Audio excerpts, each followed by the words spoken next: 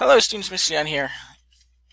It's probably February 21st, unless you're behind or ahead. If you're working on schedule, it's probably February 21st, which means it's Chapter 16 Study Day. As always, we've got the study guide here and the forum.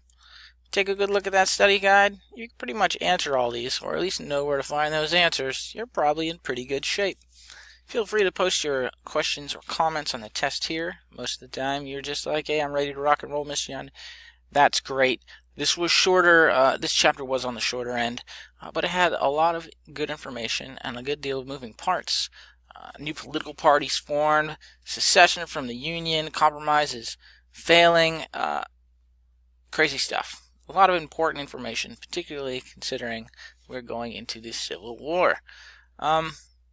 I always suggest maybe rereading the chapter real quick. That's usually a good idea.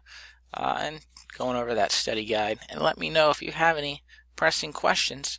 I'll give you a tip for the test tomorrow. There's an essay question on this one, and it's about John Brown, the violent abolitionist.